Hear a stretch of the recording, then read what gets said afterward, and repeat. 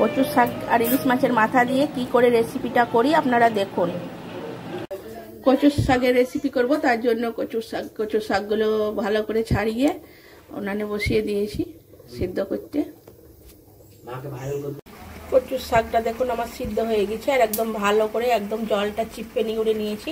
কড়াইয়ের উপর দিয়েছি 5 ফোড়ন, শুকনো লঙ্কা আর তেল। এর উপরে দেবো রসুন,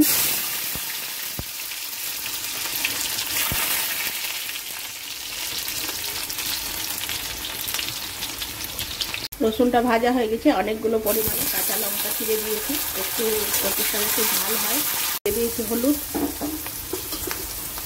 আমাদের শাকগুলো দিয়ে দেবো। আমি একবার সেদ্ধ করার সময় একটু নুন দিয়েছিলাম, ওই জন্য নুনটা কম দিলাম, আর চিনি দিয়ে দিচ্ছি।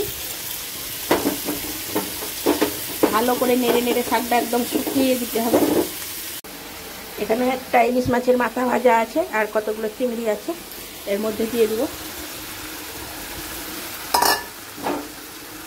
ভালো করে নেড়ে চেড়ে নেবো। কচুর শাক দেখুন আমার একদম ভাজা ভাজা হয়ে গেছে। এরপরে আমি ভাজা গুঁড়োটা দিয়ে দেবো। খুব সুন্দর করে একদম নেড়ে চেড়ে নামিয়ে নিলে আমার কচুর শাক রেডি। ইলিশ মাছের মাথা দিয়ে আর চিংড়ি মাছ দিয়ে আমার কচুর শাক দেখুন একদম রেডি।